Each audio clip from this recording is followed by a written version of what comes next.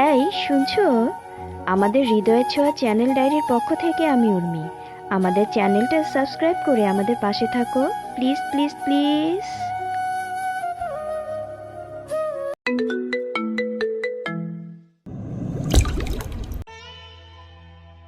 Giant গোপনে কিছু প্রভাবশালী সাংবাদিকদের সাথে দেখা করে। সে রোশানের বাবার পুরনো দুর্নীতির প্রমাণ বের করার একটা ছোট্ট দল তৈরি করে, যা স্বয়ংক্রিয়ভাবে ক্যাম্পাসে রোশানের অন্যায় তুলে ধরবে। এদিকে রোশানের বোন রোশনি অবনীর কাছে এসে তার চারপাশে ঘুরতে থাকে এবং একটা অহংকারী হাসি দেয় আর বলে, ও, শুনলাম সে প্রেমিক সুস্থ হয়ে বাড়ি ফিরেছে এবার। তাহলে কি করবে? চোখের পানি ফেলবে নাকি নায়িকাকে ছিনে নিতে আসবে? অবনী কিছু শুনেও না শোনার ভান করে চুপচাপ অন্যদিকে চলে যায়।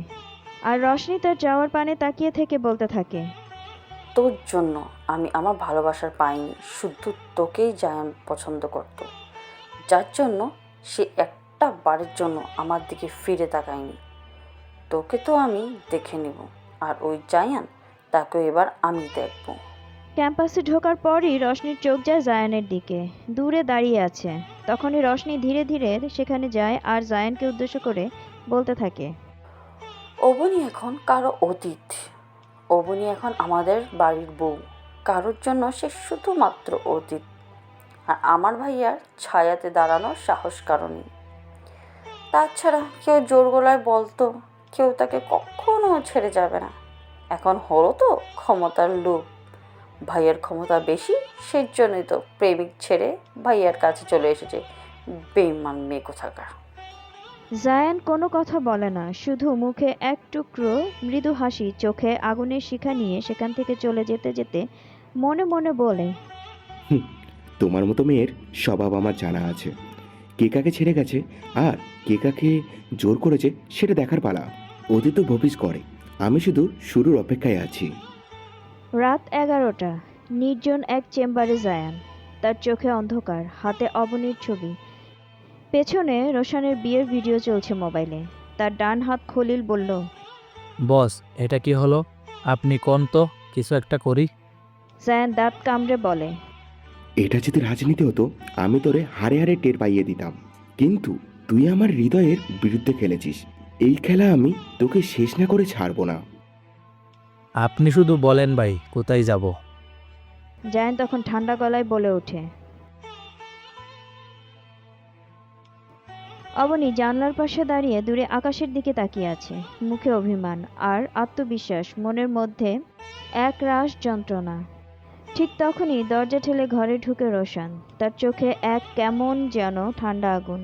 হঠাৎ খুব গম্ভীর গলায় বলে, আজ রাতে কালচারাল নাইট, আমার ভার্সিটি, আমার জায়গা, সেখানে তুমি যাবে আমার সাথে।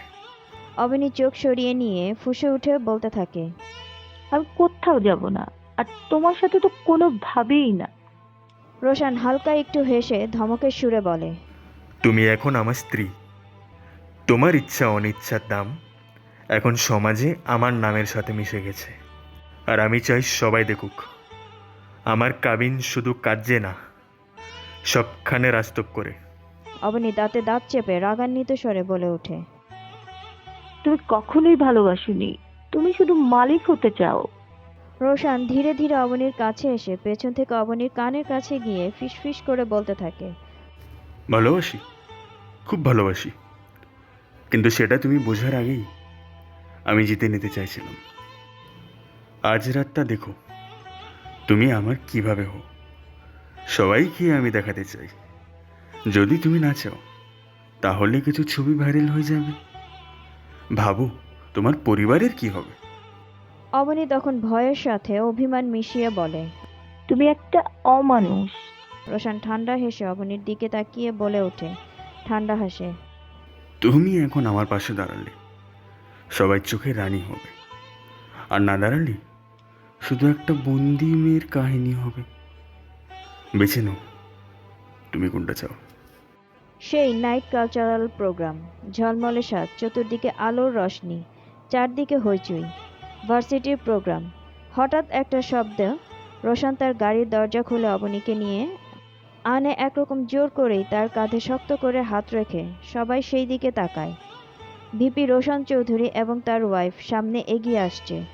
অবনী হাঁটছে, কিন্তু তার মনে হচ্ছে যেন ধাপে ধাপে পা রাখছে একটা মাইন্ড ফিল্ডে।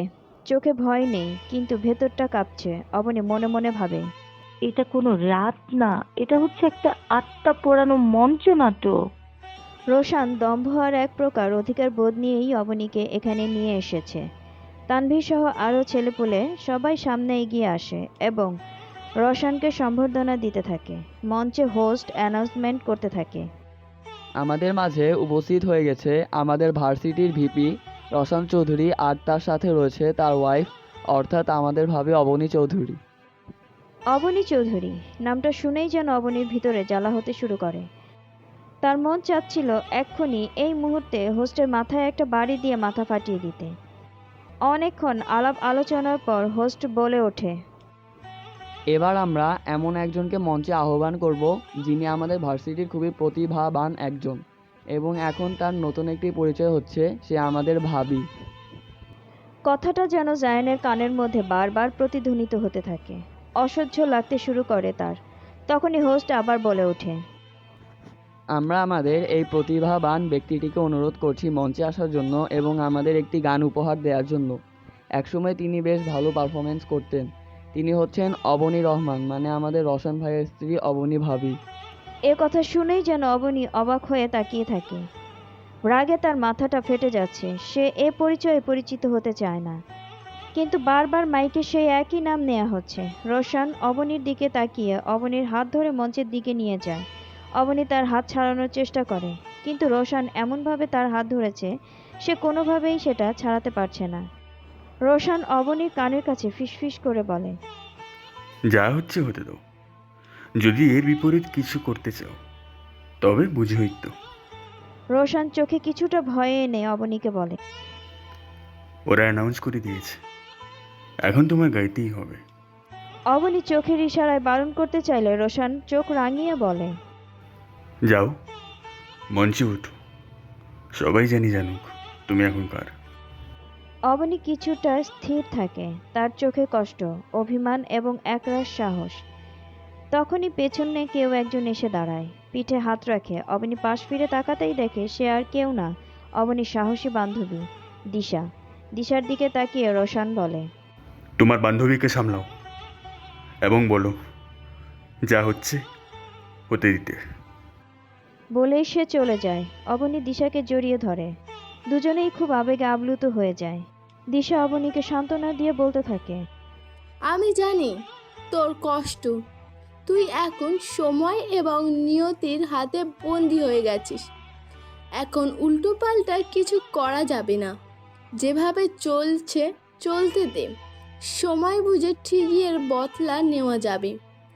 জায়ান ভাইয়া হয়তো এখানে উপস্থিত আছে, তুই তাকে জানিয়ে দে তুই এখনো দাঁড়িয়ে আছিস। যা অবনী। অবনী কিছুক্ষণ স্থির হয়ে দাঁড়িয়ে থাকে। তার চোখে কষ্ট, অভিমান। এক রাশ সাহস নিয়ে সে এগিয়ে যায় মঞ্চের দিকে। ধীরে ধীরে সে মাইক্রোফোন হাতে নিয়ে চোখ বন্ধ করে গেয়ে ওঠে, বকুলের মালা শুকাবে, রেখে দেব তার সুরভি, ডিঙ্গির রাতে লুকাবে, মুছো না কো আমার ছবি, আমি মিনতি করে গেলাম, তুমি চোখের আড়াল হও, কাছে কি বাদুড়ি রও,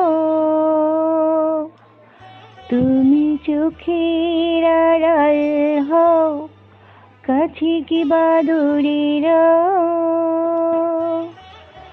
মনে রেখো আমিও ছিলাম, মন তোমাকে দিলাম, এই প্রেম তোমাকে দিলাম, ভালোবেসে আমি বারেবার তোমারিও মনে হারাবো,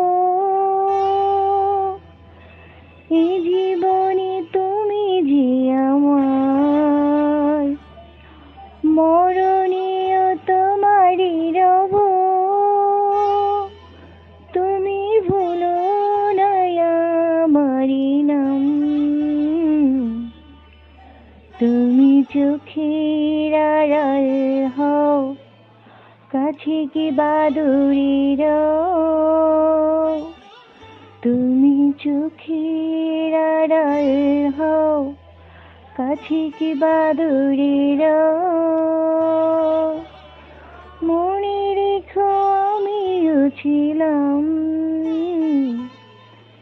এই মন তোমাকে দিলাম, এই প্রেম তোমাকে দিলাম, ভালোবেসে আমি বাড়িবার তোমারিও মনে হারাবো, এই জীবনে আমি যে তোমার, মরণেও তোমারই রব, তুমি ভুলো না আমার নাম, তুমি চোখের আড়াল হও, কাছে কি বাদুড়ির। মঞ্চে নেমে আসে সম্পূর্ণ নীরবতা। এক ফোঁটা কণ্ঠস্বরও নেই দর্শকের মুখে, শুধু হৃদয় কাঁপানো শব্দগুলো বেজে যাচ্ছিল সবার কানে। পর্দায় প্রজেক্টরের মধ্যে হঠাৎ করে একটা ভিডিও চলতে শুরু করে। সবাই চমকে তাকায় সেই দিকে। ভিডিওতে দেখা যায় একটা ক্লিপ, যেখানে রোশান তার দলবল নিয়ে একটা ছেলেকে মারধর করছে। কিছুক্ষণ পরেই আরও একটা ভিডিও সেখানে দেখা যাচ্ছে, রোশান কিভাবে তার গুন্ডা দিয়ে জায়ানকে আহত করে রাস্তায় ফেলেছিল। সবার মুখ থমকে যায়। হোস্ট চোখ কপালে তুলে বলতে থাকে, এটা কি লাইভ চলছে? অবনী মৃদু কণ্ঠে ধীরে বলে ওঠে, হয়তো কেউ একজন আজ সত্যটা প্রকাশ করবে। রোশান রাগে গর্জে ওঠে, এক লাথি মেরে সেখান থেকে কয়েকটা চেয়ার ভেঙে ফেলে। ঠিক তখনই চারিদিকে আলো জ্বলে ওঠে। ধোঁয়ার মধ্য থেকে একটা ছায়া এগিয়ে আসে। ছায়া ধীরে ধীরে স্পষ্ট লাইটে আসে এবং ওই ঠান্ডা গলায় বলে ওঠে, আমি শুধু ভালোবাসা হারাইনি, বিশ্বাসও হারিয়েছি। তোমরা কেউ জানতে না আমি সেদিন কিভাবে রাস্তায় আহত হয়ে পড়েছিলাম, কিন্তু এখন আমি ফিরেছি সত্যি নিয়ে, প্রমাণ নিয়ে আর আগুন নিয়ে। তোমার খোলস এবার ভেঙে যাবে রোশন চৌধুরী। রোশান চিৎকার করে ওঠে আর বলে, চিৎকার করে, তুই এই সাহস পেলি কোথা থেকে? জায়ান তীক্ষ্ণ চোখের দৃষ্টিতে বলে ওঠে, সাহস ভালোবাসা দেয়, আর ভাঙা হৃদয় বানায় একজন সত্যিকারের যোদ্ধা। তুই কি ভাবিস রোশন তুই সব কিছুরই অধিকারী? যুদ্ধ আমি অনেক দেখেছি যারা, কিন্তু এখন যে যুদ্ধ আসছে সেটা শুধু ভালোবাসার নয়, রক্ত এবং আত্মার। এই খেলাটা তুই শুরু করলি, এখন আমি খেলবো, তুই দেখবি। তুই কি ভাবিস রোশন তোর এই পাগলামের নামই ভালোবাসা? যে মেয়েকে আমি ভালোবেসেছি তার হাত ধরে ছিনিয়ে নিয়ে তাকে বিয়ে করলি। রোশান ঠান্ডা হয়ে দাঁড়িয়ে থাকে, ভয়ানক গলায় বলে, তোর ভালোবাসা তোর কণ্ঠে ছিল, আমার ভালোবাসা আমার রক্তে ছিল। তুই চেয়েছিলি আমি তাকে চিনিয়ে নিয়েছি। আমার এক চাহনি যে শহরের এত ভিড়ের মধ্যেও আমি শুধু তোকেই খুঁজি। অবনী, আজ হঠাৎ তোর মুখটা দেখে মনে পড়ল ভালোবাসার মানুষকে খুন করে না, কিন্তু নিঃশব্দে মেরে ফেলার একটা নাম হচ্ছে ভালোবাসা। অবনী কিছু বলে না, চুপচাপ দাঁড়িয়ে থাকে, চোখে জল চাপা দৃষ্টি। ধীরে ধীরে তার সামনে এসে দাঁড়ায় জায়ান, চোখে ভালোবাসা, করুণ চাহনি। জায়ান ধীরে ধীরে অবনীর কাছে এসে তার হাতটা ধরে বলে, তুমি সুখে নেই অবনী। তোমার চোখের দিকে তাকিয়ে আমি আজও সব বুঝতে পারি। তুমি এখনো আমাকে ভুলে যাওনি। তুমি এখনো সেই অবনীই আছো যার হাসিতে আমি কাঁদতেও পারি। অবনী কিছু বলে না, চোখে জল চলে আসে, কিন্তু ঠোঁটে কোনো কথা নেই, শুধু তাকিয়ে আছে জায়ানের চোখে। ভালোবাসার কষ্ট, অপরাধবোধ সব মিলে একাকার। দূর থেকে রোশান দাঁড়িয়ে থাকে, চোখের সন্দেহ, পায়ের নিচে আগুন। দূর থেকে রোশান দাঁড়িয়ে ওদের দুজনকে দেখছে। তোমার হাসিটা আজও আগুনের নিচেই পড়ছে। আমি তোমাকে ধরে রাখতে পারিনি, তাই বলে আমি তোমাকে ভুলতেও পারিনি। তোমার গায়ে এখনো কারোর গন্ধ লেগে আছে, তোমার কপালে অন্য কারোর ছোঁয়া, এটা মানতেই আমার বুকটা ফেটে যাচ্ছে। আর আমার এই বুকটা সারাক্ষণ তোমাকে খুঁজেই যাচ্ছে।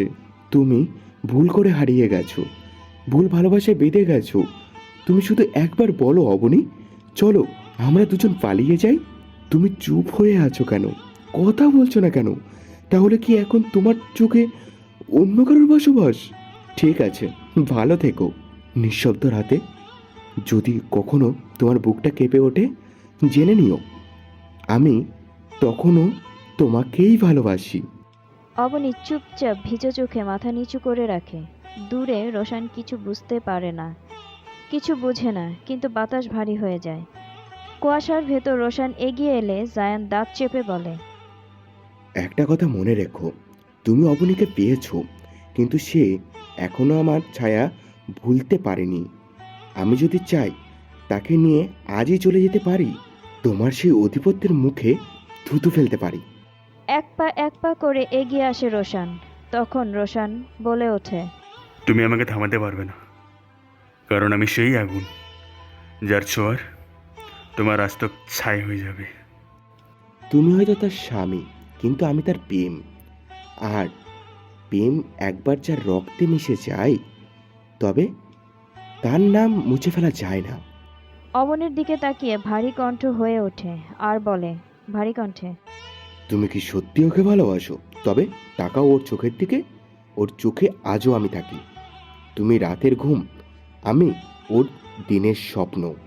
ঘুম একদিন কেটে যায়, কিন্তু স্বপ্ন মরার আগ পর্যন্ত পিছু ছাড়ে না।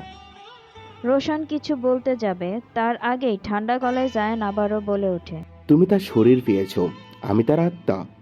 তুমি যতই চেষ্টা করো, আমাদের প্রেমটা তোমার মতো পুরুষের জন্য তৈরি নয়, তোমার মতো দখলকারদের জন্য তো নয়। রোশানের মুখটা ধীরে ধীরে চুপসে যায়, বাতাসটা ভারী হয়ে আসে। অবনী কিছুই বলতে পারে না, তার চোখ ভিজে যায়। রোশানের চোখে আগুন, কিন্তু জায়ানের ঠোঁটে বিষাক্ত হাসি। কিছুক্ষণ পর রোশান সামনে এগিয়ে আসে, জায়ানের দিকে তাকিয়ে থাকে। তার কণ্ঠ নরম, কিন্তু চোখে ছিল আগুন। তোর এত সাহস হয়ে কি করে জায়ান? আর আমার বউয়ের চোখে চোখ রেখে প্রেমের গল্প শোনাস? শরীরে প্রচণ্ড রাগ, কিন্তু ঠোঁটের কোণে একটা বাঁকা হাসি দিয়ে বলে, তোর মুখ থেকে অবনীর নাম শোনাও আমার সহ্য হয় না। বউ বলছিস? তাকে ভালোবেসেছিস নাকি শুধু কাগজেই নাম লিখেইছিস? তোর মতো লোকে দখল বোঝে, ভালোবাসা বোঝে না। তখনই রোশান কিছুটা রেগে দাঁতে দাঁত চেপে বলে ওঠে, একটা জিনিস শুনে রাখ, আমি যা চাই তা আমি ছিনে নিয়ে যাই। তোর মতন হাঁসফাঁস করা প্রেমিকের কাঁদুনি আমার সামনে গায়ে লাগে না। রোশান তখন ঠান্ডা হয়ে হিংস্র গলায় বলে, তুই হিংস্র ছেড়ে নিতে পারিস, কিন্তু অবনী একজন নারী, আর একজন নারীর মন কখনো ছিঁড়ে নেওয়া যায় না। রোশন, তুই কি ভেবেছিস তোর ছিনিয়ে নেওয়া লোকের ছোঁয়া ওর গায়ে, আর আমার ছায়া আছে ওর হৃদয়ে? ও তোর বউ, কিন্তু ওর চোখে প্রতিটা কান্নায় আমার নাম লেখা। এ সময় অবনী চুপচাপ দাঁড়িয়ে, চোখে পানি টলমল করছে। যে একবার রোশানের দিকে আরেকবার জায়ানের দিকে তাকিয়ে কাঁপা কাঁপা গলায় বলে, তোমরা দুজনে আমাকে নিয়ে যুদ্ধ করছো, কিন্তু কেউ কি জিজ্ঞেস করেছো আমি কি চাই? সে চোখ বন্ধ করে নেয়, ধীরে ধীরে বলে, আমার জীবন যেন একটা কারাগার। একদিকে দখলদার রোশান, আরেকদিকে পিছু না ছাড়া প্রেমিক জায়ান। আমি ক্লান্ত, আমার কান্না দেখে দুজন, অথচ কেউই থামায় না। হঠাৎই দূরে একটা বজ্রপাতের শব্দ হয়। রোশান এগিয়ে এসে অবনীর হাত ধরে টেনে নেয় নিজের দিকে। আগুন চোখে তাকিয়ে বলে, শুন জায়ান, তুই যদি আবার আমার বউয়ের দিকে তাকাস, তবে তোর বুক ছিঁড়ে তোর ভালোবাসার নামটা আমি মুছে ফেলে দিব জায়ান। তোর ভালোবাসা আমার কি হয়, কিন্তু আমি দেখাই না। আমি পাগল হই, কিন্তু ওকে হারাতে হলে আমি রাক্ষস হয়ে যাব। জায়ান অবনীর দিকে এক ঝলক তাকিয়ে বলে, তুমি যদি চাও অবনী, আমি এখনই তোমায় নিয়ে যাব এখান থেকে, এই আগুনের রাজত্ব থেকে, এই বন্ধন থেকে। তুমি শুধু একবার বলো এই রাক্ষসটার কাছে তুমি থাকতে চাও না, তাহলে আমি এখনই তোমাকে এখান থেকে নিয়ে যাব। শুধু এবার হাত বাড়িয়ে থাকো অবনীর দিকে, নিজের অস্তিত্ব খুঁজে পাবি না। দুজনের তর্কাতর্কি দেখে অবনী তীব্র কণ্ঠে বলে ওঠে, থামো দুজনেই, আমি পুতুল নাকি? তোমরা দুজনেই আমাকে নিয়ে তর্ক জুড়ে দিয়েছো। তোমরা দুজনেই একরকম। তোমরা দুজনেই কাউকেই ভালোবাসো না, শুধু জয় পেতে চাও দুজন। তখনই দুজন চুপ হয়ে যায়। অবনীর বলা কথাগুলো শুনতে থাকে। অবনী রোশানের চোখে চোখ রেখে বলে, তুমি যা করেছো সবই অন্যায় ছিল। এখন পর্যন্ত যা করে যাচ্ছ সবটাই জঘন্য অপরাধ। পরক্ষণে জায়নের দিকে তাকিয়ে বলে, ভালোবাসা মানে যুদ্ধ না, না রক্তের খেলা, না অস্ত্রের খেলা। তোমাদের দুজনের শত্রুতার মাঝখানে আমি অন্তত থাকতে চাই না। দয়া করে আমাকে নিয়ে তোমরা এই খেলা বন্ধ করো। তখনই জায়ান চুপ হয়ে যায়। নীরবে গলা আটকে আসে তার। তখনই রোশান ধীরে ধীরে অবনীর কাঁধে হাত রেখে বলে, এই মেয়েটা আমার জীবন, আমার ধ্বংস, আমার শান্তি।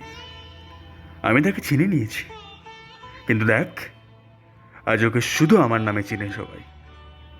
রোশন রহমানের স্ত্রী অবনী রহমান। তুই কি কখনো ভালোবাসা বুঝেছিস? জোর করে কখনো ভালোবাসা হয় না। আর নামের সাথে নাম জুড়ে দিলেই অধিকার হয়ে যায় না। প্রশান্তির গলায় গম্ভীর দৃষ্টিতে তাকিয়ে রোশান বলে ওঠে, আমি তোকে বিয়ে করেছি জোর করে, কিন্তু ভালোবাসছি খুব নরম করে। যেভাবে তোর নামটা মনে হলে মুখের ভিতরে একরাশ নিরশ্বাস আটকে যায় আমার। অবনীর চোখে একরাশ জল নিয়ে বলে, সেটার নাম কি ভালোবাসা?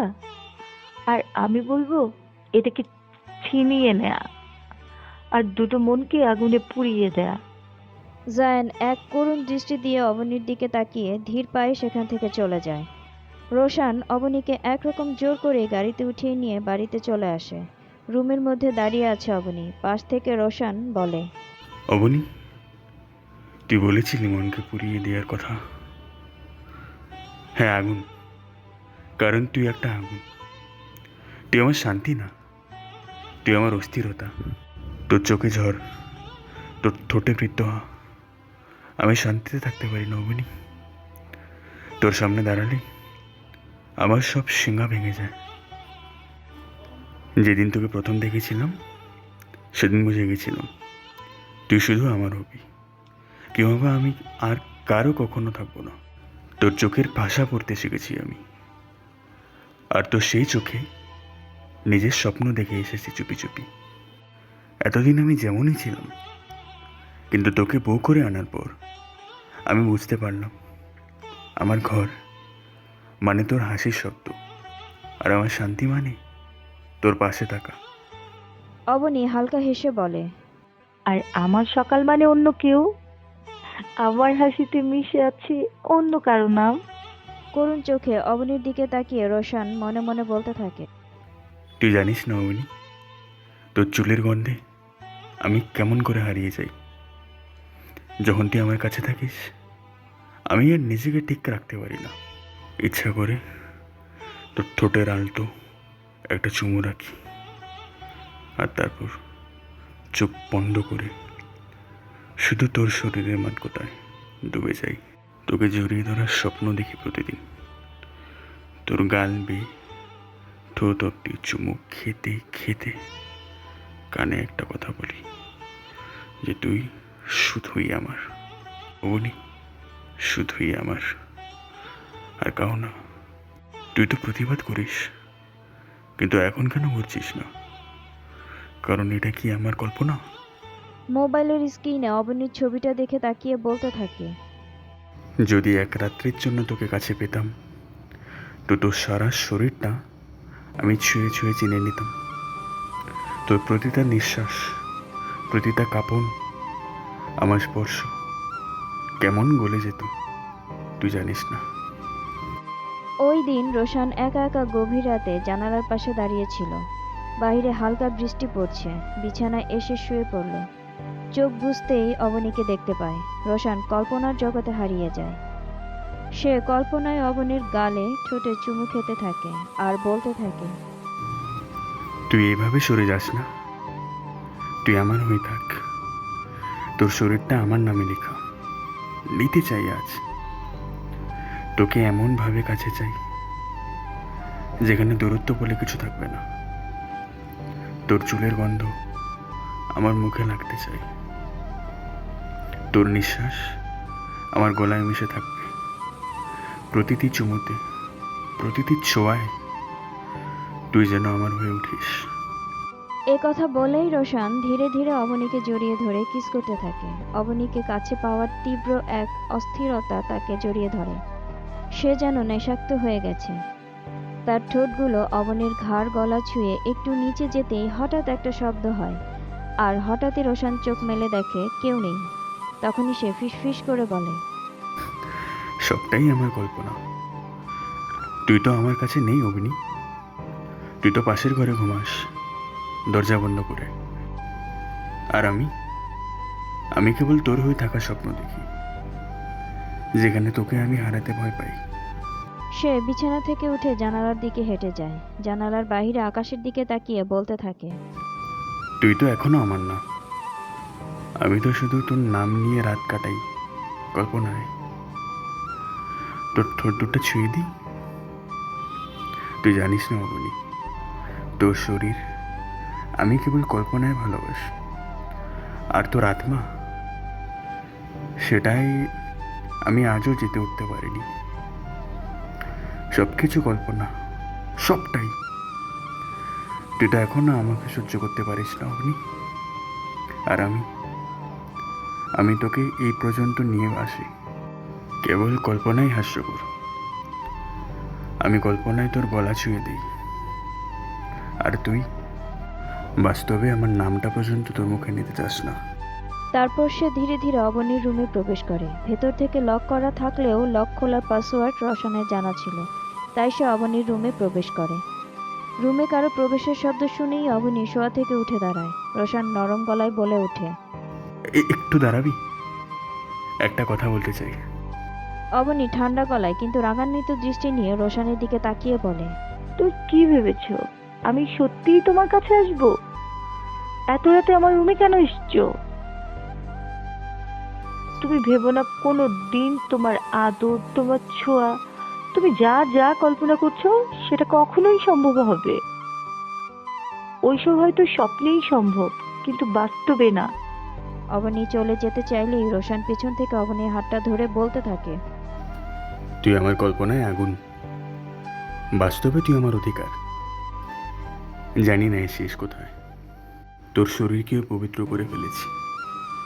তুই শুধু একবার বল, রোশন, আমার নাম ধরে ডাক, আমি আগুনে পড়তেও রাজি আছি। তুমি কি চাও? আর একটা শব্দ করলেই আমি... রোশন তার হাতের আঙ্গুল দিয়ে অবনীকে থামিয়ে দেয়। রোশন তার দিকে এগিয়ে এসে ধীরে গাঢ় গলায় বলে, এবার কল্পনা নাও অবনী, আজ আমি কেবল ভালোবাসা না, আমি তোর ঘৃণা, তোর যন্ত্রণা, তোর অস্বীকার, তোর প্রতিত অভিমান নিজের গায়ে টেনে নিতে চাই। সে হঠাৎ করেই খুব কাছে এগিয়ে আসে, যেখানে অবনীর গায়ের গন্ধটা রোশনের সাথে মিশে যায়। তখনই থমকে যায় অবনী। রোশন ফিসফিস করে অবনীর মুখটা তুলে বলতে থাকে, তুই শুধু একবার বল, আমি থেমে যাব। কিন্তু আমি জানি তোর চোখের পিছনে যে আগুন, সেটা আমার চেয়েও কম না। তুই পালাতে পারিস, মুখ ঘুরিয়ে নিতে পারিস, কিন্তু তার দেহ, তোর শরীর জানে সে কার। অবনী হঠাৎ ধাক্কা দেয় রোশনকে। এক পাশে গিয়ে দেয়ালের সাথে মিশে দাঁড়িয়ে যায় রোশন। অবনী কাঁদছে, তার চোখের জলে ভিজে গেছে। অবনী চিৎকার করে বলতে থাকে, তুই আবার এখন কি চাস? আমাকে বন্দিনী বানিয়ে এখন আবার আমার সম্মানহানি করার চেষ্টা? এই কথাটা ভুলেও মুখে আনিস না অবনী। তুই আমার প্রত্যাখ্যান কর, ঘৃণা কর, তবুও আমি দাঁড়িয়ে থাকবো তোর দোরগোড়ায়। তুই কাঁদলেও আমি ছুটে আসবো, কারণ তোকে ভালোবেসে আমি জিতে জায়ান হেরে গেছে। তুই না বললেও তোর দেহ, তোর চোখ, তোর নিঃশ্বাস সব বলছে তুই এখন কার হতে চাস। সম্পূর্ণটাই তোমার ভুল ধারণা।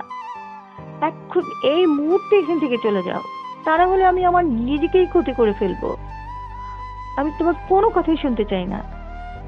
রোশন যেন এক ডানা ভাঙা ঝাপটানো পাখির ন্যায় শুধু ছটফট করতে থাকে।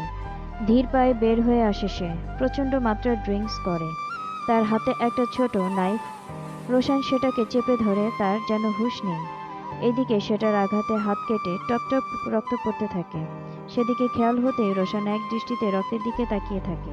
নিজের প্রতি ঘৃণা আর একরাশ অবহেলা নিয়ে সে গাইতে থাকে।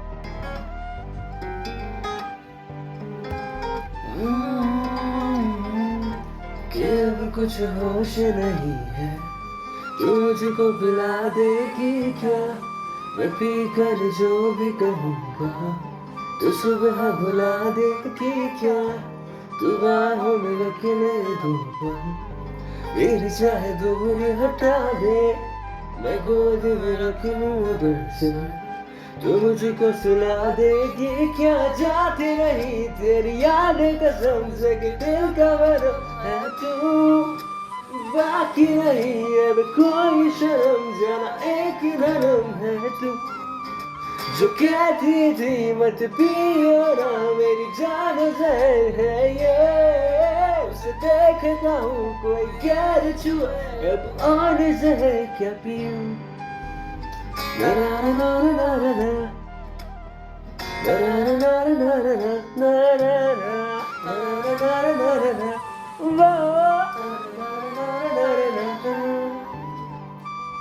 অবনী বিছানায় বসে, চারদিকে অন্ধকার, জানালায় বৃষ্টি পড়ছে। হঠাৎ ভোরের আলোয় বদলে যায়। অবনী চোখ বন্ধ করে নেয়। তখনই তার কল্পনায় এসে যায় তার পাশে বসে জায়ান। জায়ানের কণ্ঠে ছিল এক রাশ মমতা। অবনী, জানো, আমি এখনো প্রতিদিন ঘুমোতে যাওয়ার আগে তোমার ছবিটার দিকে তাকাই। আমার হৃদয় এখনো বলে তুমি শুধুই আমার, শুধুই আমার। অবনী চোখ বন্ধ করে নেয়।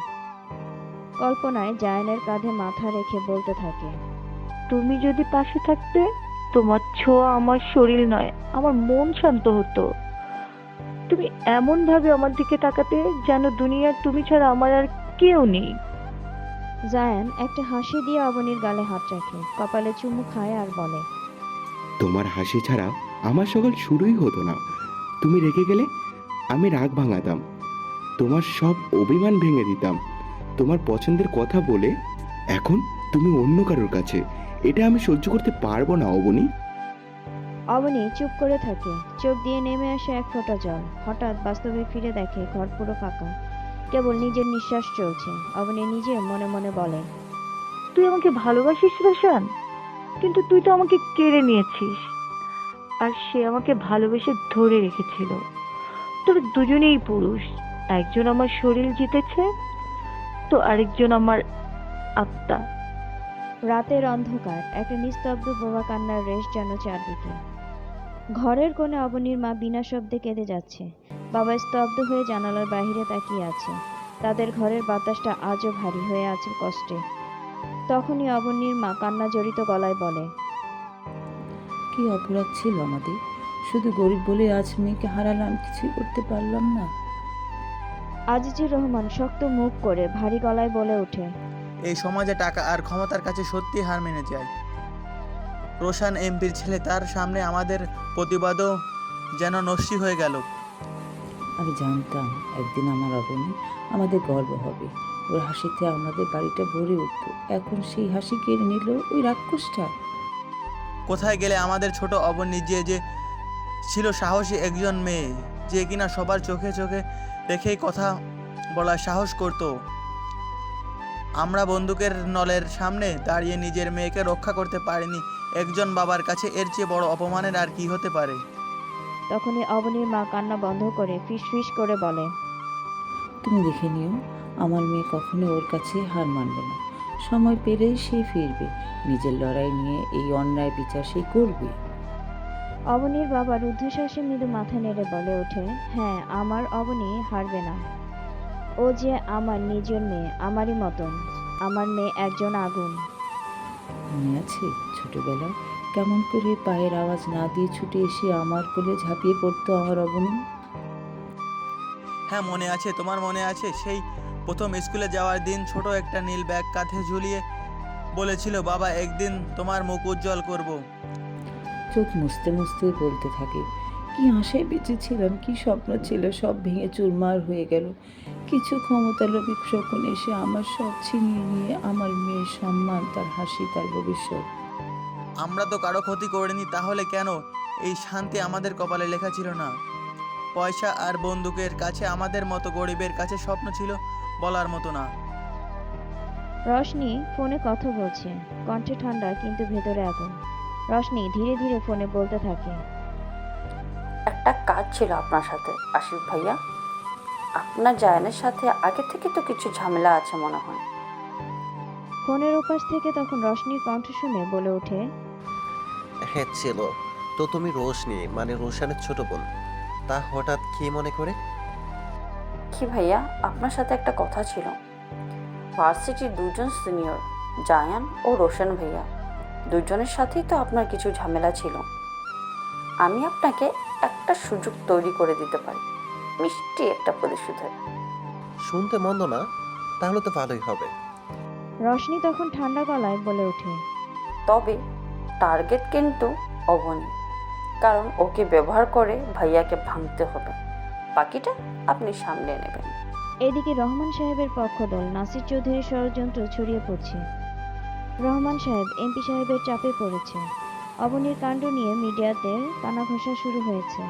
প্রতিপক্ষরা সুযোগ নিচ্ছে। তিনি রেগে গিয়ে রোশনকে ডেকে পাঠান।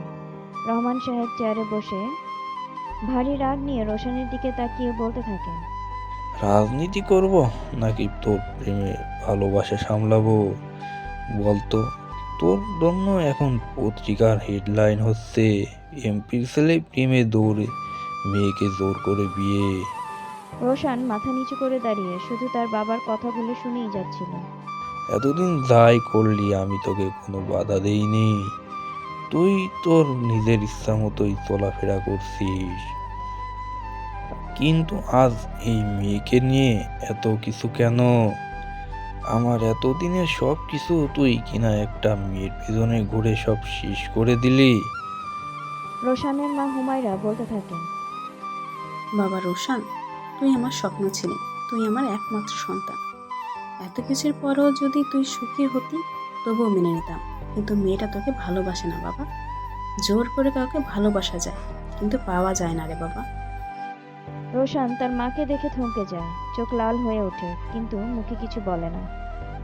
এদিকে নাসির চৌধুরী রহমান সাহেবের রাজনৈতিক শত্রু। একসময় তিনি একজন এমপি ছিলেন। রহমান সাহেবের চক্রান্তে তার ক্ষমতা হারিয়েছে। এখন সুযোগ খুঁজছে প্রতিশোধ নেয়ার।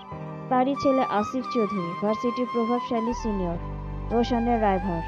রোশন এবং জায়ানের পুরনো শত্রুও বলা চলে। আর তার সাথে হাত মিলিয়েছে রোশনের বোন রশনি। এই মেয়ে যেন অন্ধ হয়ে গেছে। কান্না ভেজা গলায় আসিফের সামনে দাঁড়িয়ে বলতে থাকে, ভাইয়া, রোশন ভাইয়া যে এভাবে জোর করে বিয়ে করলো, তাছাড়া ওই জায়ান্টটার কথা তো জানোই, একসময় আপনাকে শুধু অপমান করেছিল। আসিফ রশনির দিকে ভালো করে তাকায়, মুচকি একটা হাসি দিয়ে উত্তর দেয়, বুঝতে পেরেছি। তো এবার বলো, তুমি তো ওই বাড়ির মেয়ে, পরে আবার কোনো রকমের চিটারি করবে না তো? রশনি একটু মুখ বাঁকিয়ে বলতে থাকে, আমার প্রতিশোধ ওই বাড়ির জন্য না, আমার প্রতিশোধ হচ্ছে ওই মেয়েটা অবনী, যে কিনা একসঙ্গে দুজনকে আটকে রেখেছে। এক হচ্ছে ওই জায়ান আর এক হচ্ছে পাগল আমার ভাই। আমি চাই ওই মেয়েটাকে শিক্ষা দেওয়ার জন্য। রশনি যেন অবনীর প্রতি প্রতিশোধের নেশায় পাগল হয়ে যায়। জায়ান তাকে পাত্তা না দেওয়ার কারণটাও সে রশনিকেই মনে করে। তার ভাইয়ের ভালোবাসাটাও তার সহ্য হচ্ছে না। এদিকে রোশন অবনীকে আটকে রাখলেও তার মায়ের অনুরোধে সে অবনীকে ভার্সিটিতে যেতে দেয়, কিন্তু সে নিজে নিয়ে যায় এবং নিজেই নিয়ে আসে। তার মায়ের কথায় সে অবনীকে ইমপ্রেস করার চেষ্টা করে বিভিন্নভাবে, কিন্তু অবনী তার রাগ জেদের কাছে রোশনের ভালোবাসার কোনো স্থান নেই। রোশন আজ অদ্ভুত এক মুডে গাড়ি চালাচ্ছে। ধীরে অবনীর দিকে মাঝে মাঝে চোখ পড়ছে। রোশন একটু মুচকি হেসে অবনীর দিকে তাকিয়ে বলল, আজ থেকে আমার বন্ধুর জীবন শেষ, তো আমার জন্য এই দিনটা স্পেশাল। আর স্পেশাল দিনে স্পেশাল কিছু তো লাগে, তাই না? অবনী ভুরু কুচকে তাকায় রোশনের দিকে, রেগে বলে, তুমি বেশি নাটক করতে আসবে না। রোশন হেসে গাড়ি থামিয়ে দেয় একটা বড় মার্কেটের সামনে। অবনীর দিকে ঝুঁকে এসে শর্ট একটা স্মাইল দিয়ে অবনীর কানের কাছে যেয়ে বলে, ওয়েট ডার্লিং, 5 মিনিট, একটা সারপ্রাইজ আছে। এ কথা বলেই সে দরজা খুলে অবনীকে নামতে বলে। অবনী বিরক্ত মুখে গাড়ি থেকে নেমে আসে। রোশান কিছু একটা কিন্তু ভেতরে যেতেই যাবে, ঠিক তখনই হঠাৎ দুটো বাইক আর একটি গাড়ি এসে থামে। চোখের পলকেই কয়েকজন মুখোশ পরা লোক নেমে আসে। হাতে রড, স্টিক, কিছু ছোট অস্ত্র। তাদের টার্গেট একটাই, অবনী। একজন মারাত্মক গর্জে উঠে বলে। রোশান 1 সেকেন্ড সময় নেয় না, তাৎক্ষণিকভাবেই অবনীকে নিজের পেছনে ঠেলে দেয়। চোখ লাল করে চিৎকার করে ওঠে রোশান, চিৎকার করে, অবনী, আমার পিছনে যাও, একটুকু সরবে না। এরপর শুরু হয় বিশৃঙ্খলা। রোশান একের পর এক ঘুষি লাথি চালাচ্ছে, কিন্তু গুন্ডাদের সংখ্যা বেশি। একজন গুন্ডা হঠাৎ অবনীর দিকে দৌড়ে আসে রড নিয়ে। ঠিক তখনই রোশান নিজের শরীর দিয়ে সেই রডের আঘাত নিজের গায়ে নিয়ে নেয়। রডের প্রচণ্ড আঘাতে রোশান কেঁপে ওঠে, হাঁটুতে ভর দিয়ে পড়ে যায়, কিন্তু দাঁড়ানোর চেষ্টা করে। চোখের মধ্যে ভয়ানক মায়া আর প্রতিজ্ঞা ঝলসে ওঠে। রোশান ফিসফিসিয়ে বলে, তোর গায়ে একটা আঁচড়ও আসতে দিব না অবনী, প্রয়োজনে আমি নিঃশেষ হব। রক্ত ঝরতে শুরু করে রোশানের কপাল থেকে, জামার হাতা ছিঁড়ে গেছে, হাতে বড় এক ধরনের একটা কাঁটা। অবনী অবাক হয়ে দাঁড়িয়ে থাকে। তখনই মার্কেটের নিরাপত্তার লোক আর আশেপাশে মানুষ এসে পড়ায় গুন্ডারা পালিয়ে যায়। রোশান তাল সামলাতে সামলাতে অবনীর দিকে এগিয়ে আসে, হাত বাড়িয়ে দেয় যেন কিছু একটা বলতে চায়, কিন্তু হঠাৎ করেই দুর্বল হয়ে মাটিতে পড়ে যায়। তখনই অবনী সামনে এসে বলতে থাকে, কি হলো রোশান? চোখগুলো লাল, কাপ্পা হাতে রোশানের মাথাটা কোলে তুলে ধরে, চোখের কোণে এক ফোঁটা জল। অবনী বিষণ্ণ গলায় ফিসফিস করে বলে, আমি চাইনি তোমার এমন হোক। আধো খোলা চোখে দুর্বলভাবে ঠোঁটের কোণে একটা হাসি দেয়, ক্লান্ত মেশানো সেই হাসি। কাঁপা কাঁপা গলায় রোশান বলে, তুই চাইলেই চলবে অবনী, তুই আছিস বলে আমি আছি। অবনী রোশানের হাতটা ধরে এই প্রথমবার। ধরার সাথে সাথে রোশান জ্ঞান হারিয়ে ফেলে। অ্যাম্বুলেন্সের সাউন্ড, সেটা চিৎকার করে হাসপাতালের সামনে এসে দাঁড়ায়। রোশান স্ট্রেচারে রক্তে ভেজা জামা। ডাক্তার সামনে আসতেই অবনী ভীতু গলায় বলতে থাকে, প্লিজ ডাক্তার, দেখুন না একটু। পেশেন্টের প্রচুর ব্লিডিং হয়েছে, দ্রুত অপারেশন থিয়েটারে নিতে হবে, নার্স কুইক। অবনী অন্যমনস্কভাবে ফ্যাল করে তাকিয়ে থাকে রোশানের মুখের দিকে। তার বুকের ভেতর মোচড় দেয় ভীষণ এক অপরাধবোধ আর আতঙ্ক একসাথে ছাপিয়ে যায়। অবনী নিজের মনে ফিসফিস করে বলে, কি হচ্ছে এসব? আর রোশান, কেন তুমি আমার জন্য নিজেকে এইভাবে আঘাতের মুখে নিয়ে গেলে? আমি তো তোমাকে ঘৃণা করি, তবে কেন? ডক্টররা রোশানকে নিয়ে ভেতরে চলে যায়। দরজা বন্ধ, অপারেশনের লাইট অন হয়। অবনী এক কোণে দাঁড়িয়ে পড়ে, ঠোঁট কামড়ে ধরে কান্না আটকানোর চেষ্টা করছে। কিছুক্ষণ পর ছুটে আসে রোশানের মা, পিছনে দূরে দাঁড়িয়ে রোশনি। রোশানের মা অবনীর হাতে হাত ধরে বলতে থাকে, আমার ছেলেটা কোথায়? কি হয়েছে ওর? অবনী ভীষণ অস্বস্তি নিয়ে তার দিকে তাকায়। তিনি অবনীর হাত চেপে ধরে ফ্যাল করে চেয়ে থাকেন। তুই জানিস না আমার ছেলেটা তোর জন্য কি না করতে পারে?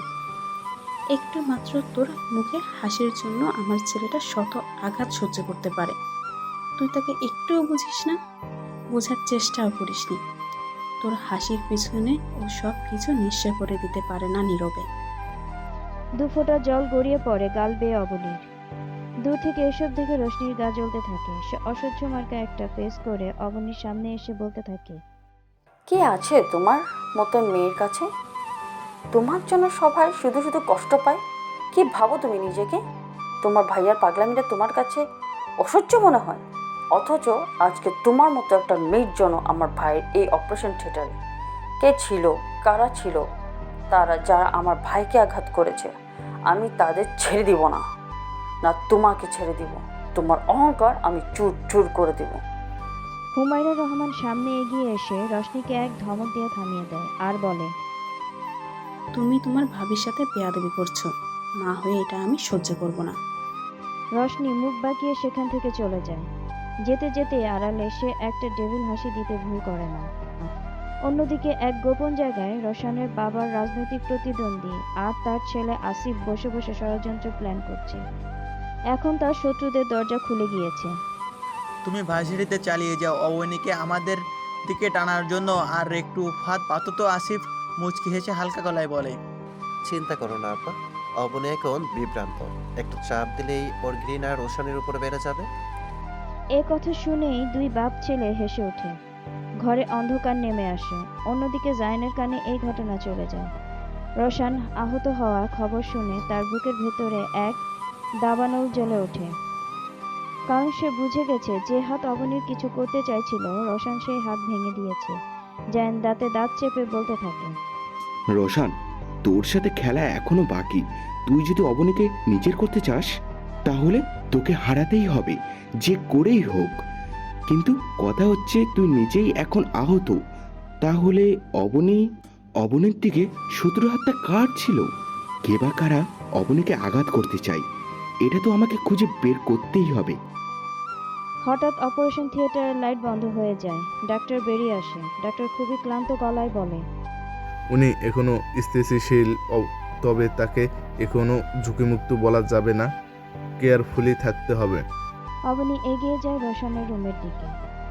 জ্ঞান ফেরার পর রোশান ধীরে চোখ খুলে অবনীর দিকে তাকিয়ে থাকে।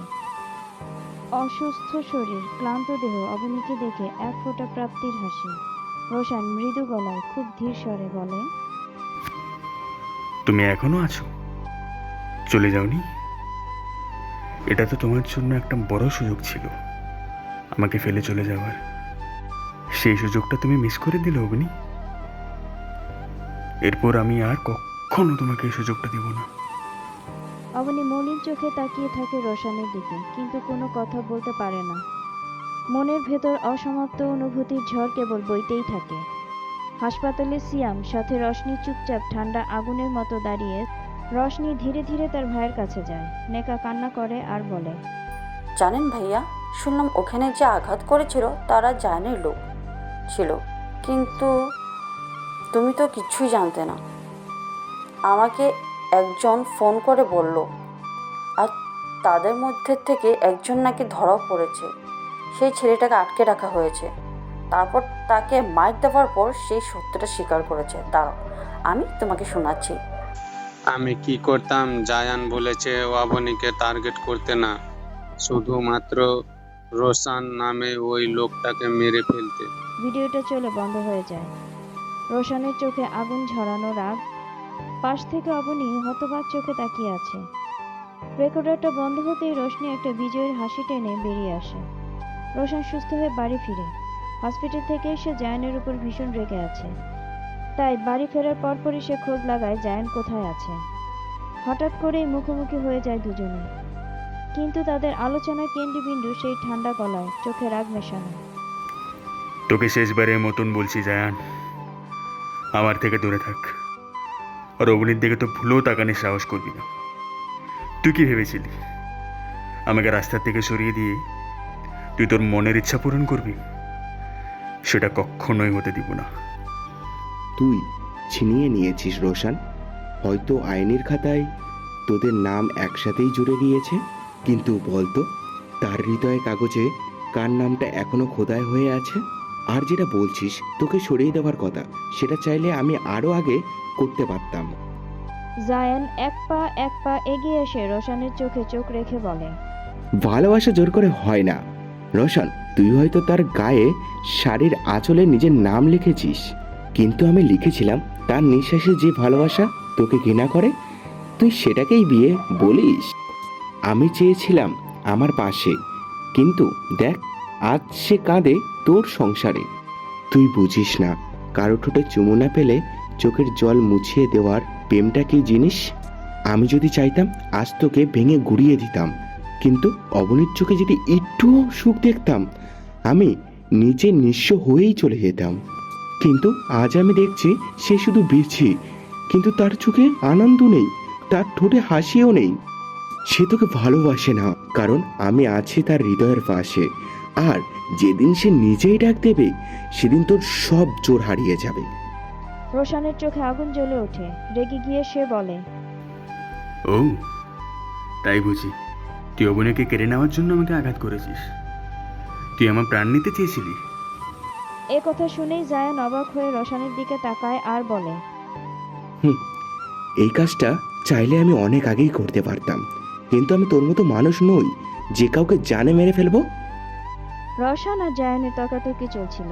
এরই মধ্যে অবনী ভার্সিটির করিডোরের সামনে এসে এগোতে যাবে, তখনই ভুম করে একটা শব্দ হয়, তীব্রতর একটা আওয়াজ। কেউ বা কারা ছুরি হাতে এসে হামলা চালায়। রওশন আর জায়ান দুজনই হতভম্ব। রোশন দৌড়ে এগিয়ে আসে, রক্তে ভেজা একটা শরীর। রোশন এবং জায়ান দুজনই হতভম্ব। মুহূর্তের মধ্যেই চারিদিকে নীরবতা ছেয়ে যায়। রোশন দৌড়ে সেখানে এসে পৌঁছায়। পেছন সাইড থেকে এসে জামাটা দেখে বুঝে যায় এটা আর কেউ নয়, অবনী। তখনই সে অবনীকে বাঁচাতে চেষ্টা করে। ওই সময়ে আরেকজন হামলাকারী এসে আরেকটা ছুরিকে আঘাত করতে গেলেই রওশনের ধাক্কায় সে কিছুটা পিছিয়ে যায়, আর ছুরিটা এসে গেঁথে যায় রওশনের পিঠে। রওশন ব্যথায় কেঁপে ওঠে। তারপরও সে অবনীকে জড়িয়ে ধরে অবনী অবনী বলে ডাকতে থাকে। রোশনের পিঠ দিয়ে রক্ত অঝরে ঝরতে থাকে, কিন্তু তার যেন সেদিকে কোনো খবর নেই। তবুও সে পাগলের মতো অবনীকে নিজের বুকের মধ্যে জড়িয়ে ধরে। পেছন থেকে দৌড়ে আসে জায়ান। এই অবস্থা দেখে সে হতবাগে বরফ হয়ে যায়। রোশন অবনীকে কোলে নিয়ে চিৎকার করতে থাকে। গেটের বাইরে এসে গাড়ির জন্য চিৎকার দিতে একটা গাড়ি তাদের সামনে এসে সাথে সাথে দরজা খুলে দেয়। সেটা আর কেউ ছিল না, ছিল জায়ান। রোশন গাড়িতে কাঁপা কাঁপা গলায় চিৎকার করে বলতে থাকে, খবরদার অবনী, একটুকু চোখ বন্ধ করবি না, এক ফোঁটাও না। আমি তোকে কিছু হতে দিব না। আমি তোকে কিচ্ছুতেই হারাবো না। হসপিটালে এসে চিৎকার করে বলতে থাকে রোশন, ডক্টর প্লিজ কিছু একটা করুন, আমার জানকে বাঁচান, ও আমার সব কিছু।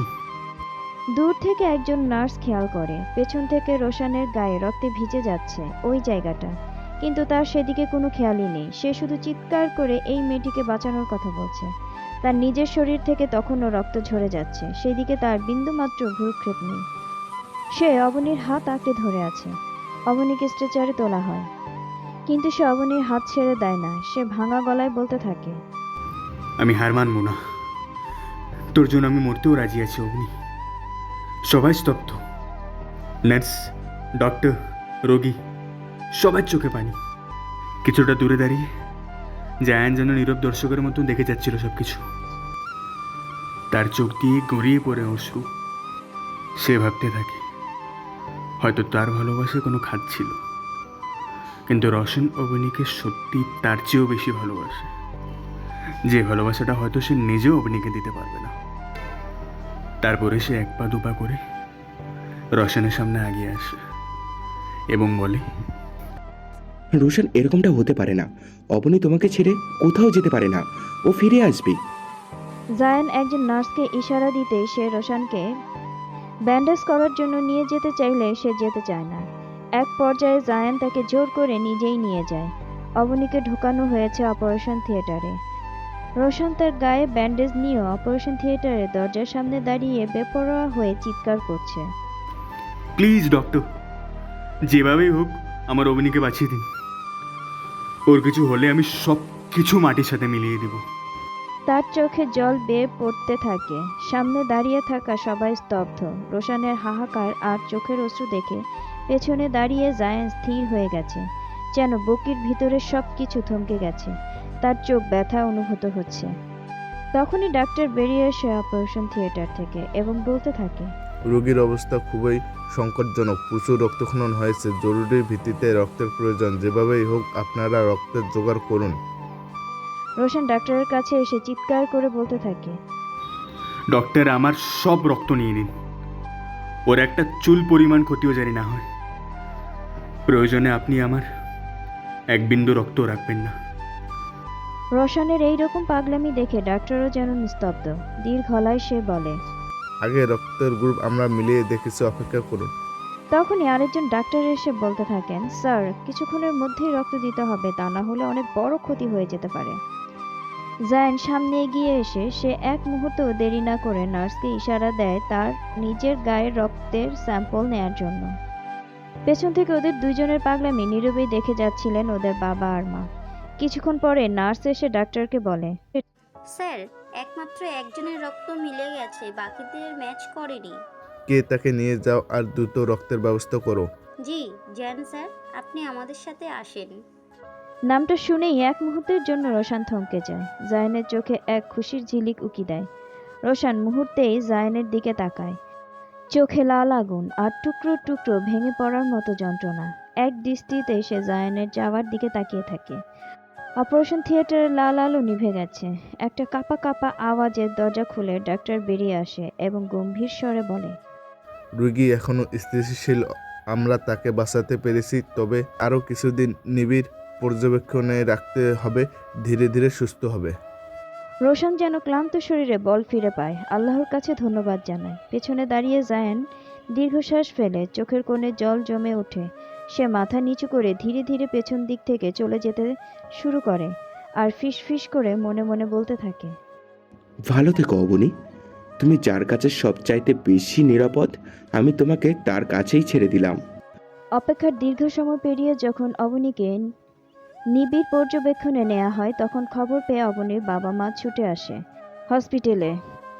মায়ের চোখ ফোলা, মাথায় কাপড়ের আঁচল এলোমেলো। বাবার কাপা কাপা হাত অবনীর মাথার ছোঁয়াতে গিয়ে বারবার থমকে যাচ্ছে। অবনীর মা কাপা গলায় কান্নার আওয়াজে বলতে থাকে, আমি এসেছি মা, তোর কাছে, চোখ খুল মা। অবনীর বাবা কাপা হাতে অবনীর মাথায় হাত রেখে বলে, দূর থেকে দাঁড়িয়ে দেখছে তার বুকের ভেতরে একটা পাহাড়ের মতো ভার জমে আছে। সে চোখে জল ধরে রাখতে পারছে না। হাসপাতালের করিডোর জুড়ে যেন অবনীর বাবা মায়ের কান্নার প্রতিটা শব্দ দেয়াল কাঁপিয়ে দিচ্ছে। মনের অগোচরে দেহটা যেন রোশানকে বারবার কাঁপিয়ে দিচ্ছিল। ঠিক একই সময় শহরের বড় বড় রাজনৈতিক অফিসে খবর ছড়িয়ে পড়ে, রোশানের বাবা এতদিন যে ক্ষমতার আসনে ছিল, সেখানে কোনো এক কেলেঙ্কারি আর অপরাধের কারণে তার সমস্ত ক্ষমতা কেড়ে নেওয়া হয়। তার বিরুদ্ধে অভিযোগ গঠিত হয়। গুপ্ত হামলা, ষড়যন্ত্র এবং প্রতারণার জন্য প্রতিটি বিশেষ সভায় সভার সভাপতি ঘোষণা করেন, রহমান সাহেব আগামীকাল থেকে আমাদের এলাকার সমস্ত দায়িত্ব স্থগিত করবেন। তার কাছ থেকে সমস্ত ক্ষমতা কেড়ে নেওয়া হলো। ঠিক এক সময় যেন জায়ানের বাবার কাছ থেকে যে ক্ষমতা ছিনিয়ে নিয়েছিল, সেই রকমই আজ তার কাছ থেকেও ক্ষমতাটি ছিনিয়ে নেওয়া হয়। তার বিরুদ্ধে অভিযোগ গঠিত হয় গুপ্ত হামলা, ষড়যন্ত্র, প্রতারণা। রোশান অবনীর বিছানার পাশে বসে আছে, মেয়েটির হাত শক্ত করে ধরে। সূর্য ডুবছে, আকাশ লাল, আলোর ঝলকানি। দূর থেকে মাইকে ঘোষণা হচ্ছে, এই এলাকার নতুন এমপি হিসেবে শপথ নিয়েছে বাহার সাহেব। কিন্তু রোশানের মন কেবল অবনীতেই আটকে আছে। শক্তি, ক্ষমতা, রাজনীতি সবকিছুই ফিকে মনে হচ্ছে তার কাছে। রোশান নিজের মনে ফিসফিস করে বলে, আমার আজ তো অবনী, শুধু তুই, আমার আর কোনো ক্ষমতার দরকার নেই। অন্ধকার আর আলো মিশিয়ে এক নতুন যুদ্ধের প্রস্তুতি নিচ্ছে, কারণ এখনো রোশানের রাগের মাত্রা শেষ হয়নি। এখনো বাকি আছে হিসাব কিতাব। কে বা কারা অবনীকে আঘাত করতে চেয়েছিল, তাদের খুঁজে বের করতেই হবে। শাস্তি তো তাদের পেতেই হবে। আমি দুনিয়া উলট পুলট করে হলেও তাদেরকে খুঁজে বের করব। বাবার ক্ষমতা হারানো, অবনীর জন্য ভাইয়ের পাগলামি, সবকিছুতেই যেন রশনিকে আরো বেশি হিংস্র করে দিচ্ছিল। সে আসিফের কাছে ছুটে যায়, কিন্তু সে জানে না আসিফ এখন আর তার সাথে মিলে কাজ করতে চায় না। ক্ষমতাহীন বাবার মেয়ে পেয়ে আসিফের মধ্যে যেন এক নোংরা পশু জেগে ওঠে। আসিফ তখন রশনিকে জোরে ধাক্কা মারে দেয়ালে। রশনি কাঁপা কাঁপা গলায় বলে, আসিফ প্লিজ এমন করো না। আমি তোমাকে সাহায্য করেছি, তোমার সাথ দিয়েছি, আর তুমি তার বিনিময়ে আমার সাথে এরকম করতে পারো না। সাহায্য? তুমি তো তোমার নোংরা খেলা খেলেছ, প্রতিশোধের আগুনে চলে। তুমি শুধুমাত্র আমার একটা খেলনা ছিলে। আমি যেভাবে খেলতে চেয়েছি তুমি আমার সাথ দিয়েছ। আমি তোমার ভালোর জন্য তোমার সাথে ছিলাম।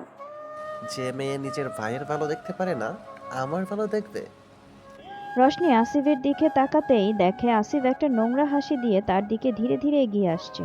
রশনি প্রতিবাদ করার চেষ্টা করছে। আসিফ নোংরাভাবে আঘাত করে। রশনি নিজের ইজ্জত রক্ষা করতে মরিয়া হয়ে ছটফট করতে থাকে, কিন্তু পরিস্থিতি নোংরা হয়ে ওঠে। শেষমেশ সে পালিয়ে আসে ছিন্ন ভিন্ন মন নিয়ে। ওইদিকে রোশন জানতে পারে রশনি কোথাও গেছে। সে রাগে উন্মাদ হয়ে যায়। সে পাগলের মতো ছুটে আসে এবং রাস্তায় রশনিকে দেখে রক্তাক্ত অবস্থায় কাঁদছে, কপালে আঁচড়ের দাগ, পোশাক এলোমেলো। রোশন গর্জে ওঠে, রোশন রশনির কাছে এসে জড়িয়ে ধরে, যেন দুনিয়ার সমস্ত যন্ত্রণা তার নিজের বুকে টেনে নিতে চায়। রশনির দিকে তাকিয়ে আহত স্বরে জিজ্ঞেস করে, কি হয়েছে তোর? এই অবস্থা কেন? রশনির চোখ দিয়ে অঝরে জল গড়িয়ে পড়ে। সে ভাইয়ের বুকে মাথা গুজে ফুপিয়ে কাঁদে আর বলে, ভাইয়া, আমি ভুল করেছি, আমি বিশ্বাসঘাতকতা করেছি, আমাকে ক্ষমা করে দাও। রোশন রশনির মাথায় হাত রেখে জিজ্ঞেস করে, কী সব ক্ষমার কথা বলছিস? কি করেছিস তুই? রোশনি মাথাটা নিচু করে রোশনকে সবকিছু বলে। তখনই গর্জে ওঠে রোশন। রশনির গালে একটা চড় বসিয়ে দেয়, পরক্ষণেই আবার ডেকে নেয়। রোশনের চোখে একটা আগুন, শুরু হয় প্রতিশোধের। সে তার হাত শক্ত করে মুচড়ে ধরে, সমস্ত কিছু যেন কেঁপে ওঠে তার পায়ের শব্দে।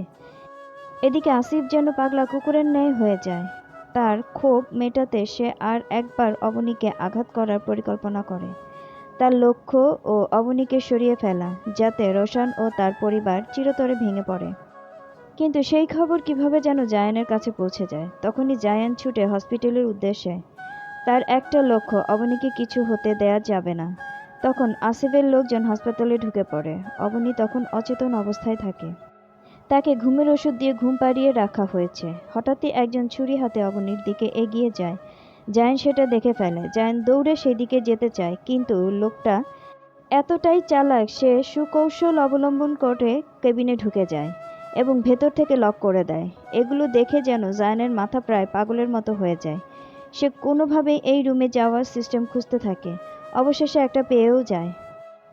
আসিফের লোকটা যখন ছুরি হাতে অবনীর দিকে ঝাঁপিয়ে পড়ে, ঠিক তখনই জায়ান দৌড়ে এসে অবনীর সামনে নিজেকে ঢালে বানিয়ে দাঁড়িয়ে যায়। ওদের ধস্তাধস্তির এক পর্যায়ে ঘটে যায় এক মর্মান্তিক দুর্ঘটনা। এক বিষাক্ত ছুরির কোপ জায়ানের পাঁজরের নিচে গভীরভাবে ঢুকে যায়। রক্ত ছিটকে পড়ে মেঝেতে। একজন নার্স সেটা দেখে চিৎকার দেয়। তখনই সেখানে ছুটে আসে সবাই। জায়ান লুটিয়ে পড়ে অবনীর পাশে। তার গায়ে রক্তের ছাপ ছড়িয়ে যায় মুখের দিকেও। তাকিয়ে হাসে। অবনী ধীরে ধীরে চেতন ফিরে পেতে শুরু করে। তার চোখ মেলে ঝাপসা চোখে দেখে জায়ান তার পাশে ঝুঁকে আছে, ঠোঁটে অচেনা এক শান্তির হাসি।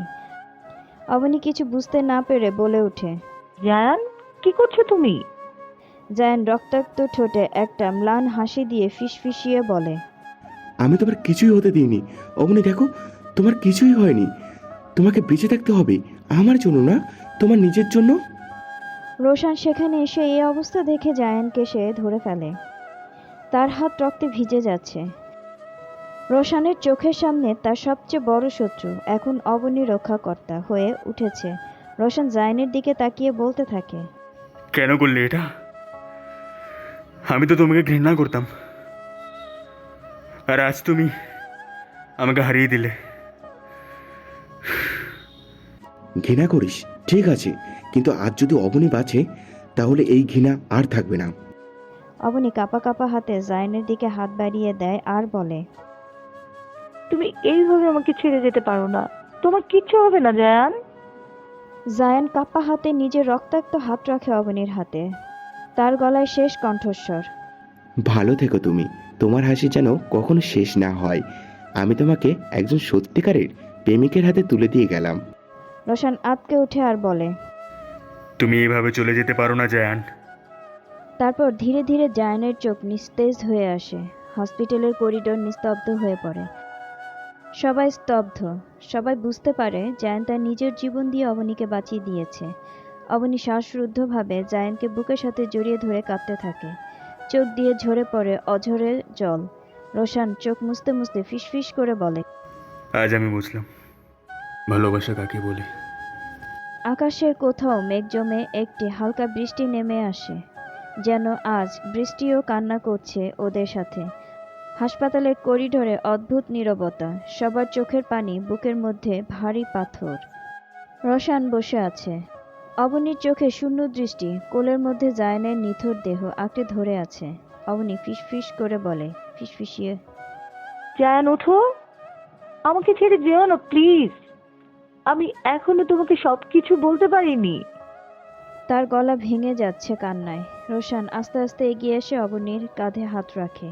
সে চোখের পানি লুকিয়ে অবনীকে বলে, ও আমাদের জন্য বীরের মতন চলে গেছে, কিন্তু যার জন্য ওর এই অবস্থা, তাকে আমি শেষ করব। রোশনের ভেতরে শুধু এখন একটাই আগুন জ্বলতে থাকবে। রোশন উঠে দাঁড়িয়ে হাতগুলো মুষ্টিবদ্ধ করে সত্য করবে, হাফিজ, তোর জন্য আর এক বিন্দু দয়া থাকবে না। দূরে দাঁড়িয়ে রোশনি এইগুলো দেখে যেন তার মুখের ভাষা হারিয়ে যায়। ধীরে ধীরে এগিয়ে আসে, জায়ানের মাথায় হাত রাখে। তার কণ্ঠস্বর কাঁপছে। সে কাঁদতে কাঁদতে বলতে থাকে, আমি ভুল করেছি, আমি সবাইকে ঠকিয়েছি, আমি আমার ভাইয়ের বিশ্বাস ভেঙেছি, আমি কখনো নিজেকে ক্ষমা করতে পারবো না। এদিকে রোশনের বাবা ক্ষমতা হারিয়ে ভেঙে পড়েছে, কিন্তু ছেলেকে দেখে এখন তার গর্ব হচ্ছে। তিনি অসহায়ভাবে রোশনকে জড়িয়ে ধরে আর বলে, আমার ক্ষমতা গেলেও চলবে রোশন, কিন্তু তুই আমার মতো না হয়ে মানুষের মতো মানুষ হবি, অন্যায়ের প্রতিবাদ করবি। রোশন যেন এখন এক রক্ত আগুন।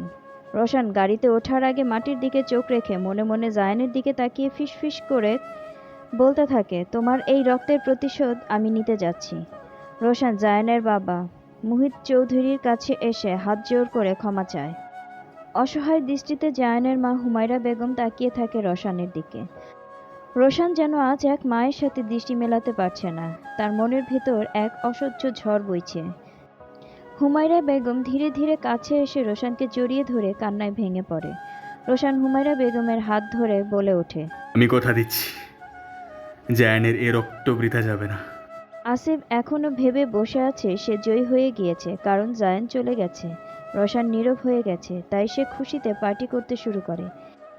এদিকে রোশন আর রোশনি আসিফের বিরুদ্ধে সমস্ত প্রমাণ সংগ্রহ করে ভিডিও ফুটেজ, ষড়যন্ত্রের মূল পরিকল্পনা সব একসাথে জড়ো করে। জিরো কণ্ঠে, তোর খেলা এবার শেষ। আসিফের পুরো চুক্তিপত্র ফাঁস করে দেয়। রোশন সবকিছু সাংবাদিকদের হাতে তুলে দেয়, সমস্ত শহরে ছড়িয়ে দেয়। আসিফ খান ধর্ষণ, ক্ষমতার অপব্যবহারকারী, পুলিশ তাকে খুঁজতে থাকে। সে একটি হোটেলের বেসে পালিয়ে থাকে। রোশন নিজেও পুলিশের সঙ্গ দেয়। চোখে রক্তিম জলজলে প্রতিজ্ঞা, তীব্র লড়াই হয়।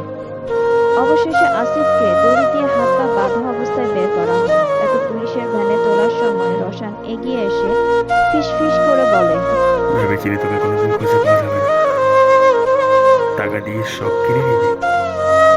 আজ তোকে পুরো দুনিয়ার সামনে যেভাবে আনা হয়েছে, এই লজ্জা তো সারা জীবন পোড়াবে। আর আমার তো মনে হয় তোর মতন মানুষকে বাঁচিয়ে রাখা মানে হচ্ছে পাপকে জীবিত রাখা। টিভিতে পত্রিকায় ছড়িয়ে পড়ে আসিফ খান ধরা পড়েছে। রাজনৈতিক ব্যবসায়ী এবং অপরাধী সিন্ডিকেটের মুখোশ খুলে গেছে।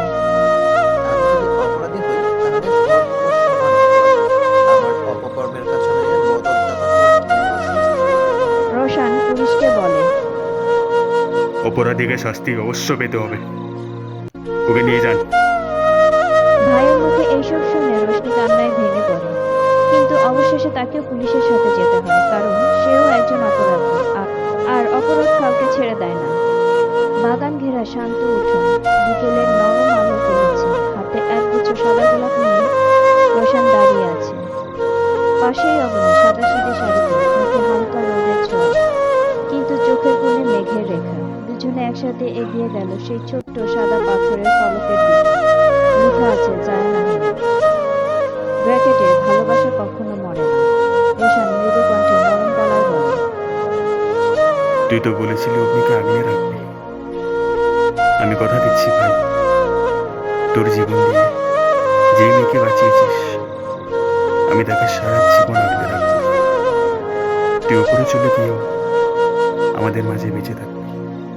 অবনী চোখ বন্ধ করে গাঢ় নিঃশ্বাস নিল। তার মনে ভেসে উঠল জায়ানের হাসি মুখ। সেই শেষ মুহূর্তে কাঁপা কাঁপা কণ্ঠে জায়ান কাঁপা গলায়, অমন, আমার সবটুকুই তোমাদের জন্য। এক ফোঁটা টলমলে জল গড়িয়ে পড়ল অবনীর গাল দিয়ে। রোশন আস্তে তার হাত ধরল। চারপাশে নীরবতা, শুধু হালকা বাতাস বইছে, যেন প্রকৃতি নিজেই সাক্ষী হয়েছে এই নতুন বন্ধনে। দূরে কোথাও যেন জায়ানের মৃদু হাসি ভেসে এলো, আর শোনা গেল একটা শব্দ, আমি তো আছি সবসময় তোমাদের সঙ্গে, মিশে আছি অবনীর প্রতিটা রক্তবিন্দুতে।